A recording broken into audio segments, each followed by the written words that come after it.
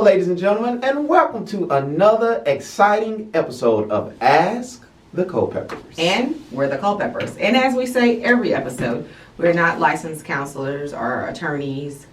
We're just a loving family with great kids that we're working every day to make even better for the world around them, with the willingness to share a little bit about ourselves and about our families.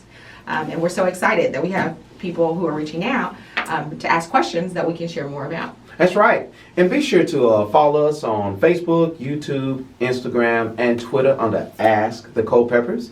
And we would also like to take this time to give a shout out to our sponsor at the Baby Spot CA Digital Global Parenting Magazine. That's right. Where parents aren't judged, but they are given material from and parental aspects of parenting from all over the world to empower them to be better parents. Absolutely. All right, so we're going to dive in our question for this week. It reads, Dear Culpeppers, I am a married wife with 2 boys. I have a family member who has severe mental illness. My parents are getting older and have expressed that if they pass away, they want me to take my family member to live with my family and me. My husband says absolutely not. I don't think we can handle my family member who will not be able to financially contribute. The challenges he faces we cannot handle. Any suggestions on how to comfort my parents while standing our ground that we will help. However, we cannot take in someone to live with us. This message question comes from Sarah, and we're calling this one Family, Not Feud. That's interesting because this is something that at some point we may all face in life, right? I think so. Taking care of either our aging parents or a relative that may need assistive care to live, to finish out their life. Sure. And so this is something that a person has to find out what's best for their home. Right. Now, morally, or what other people may think, you ought to take care of this person. I've done this for you. You ought to take care of this person. You gotta resist that. I get it, but she has her household, which is and her husband. Number one priority, yeah. And honestly, we're not obligated to take care of. I believe we're obligated to take care of our parents, of our aging parents, our mom, our dad. Yeah, but taking care means something different. And this is the tricky part.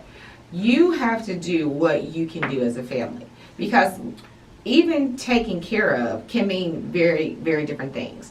For some people who are maybe in the home working, or stay-at-home husband or stay-at-home wife who can be there and care for a relative, if that's their position in life and they can do it, well, then do it. But if it's not, then taking care of may look like something different.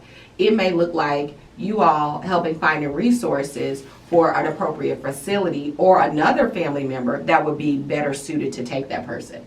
I think sometimes we let other people dictate and define what's right for us to do in our home, and you just can't do it. In some ways, it's a type of peer pressure. It's a type of peer pressure. But if financially, emotionally, spiritually, socially, you can't sustain having that other person, you just can't do it. Yeah, actually, I understand your point. It'll make you go down. Yeah, it will. But being able to reach out for other resources or other family members that may be able to put together. That may be it. Something. Matter of fact, I talked to a friend of mine, and he has I think it's 2 more brothers and a sister, and he's been taking care of his mom. And the siblings haven't really been contributing much to doing that. And that may be the case with somebody that's watching this video, where you feel like you're the one that's taking the bulk of the responsibility of tending to aging parents, and somebody else ain't helping. Yeah. But however, in that case, you can't make people do things. No. Everybody's situation is different, but you have to do what's best for your household.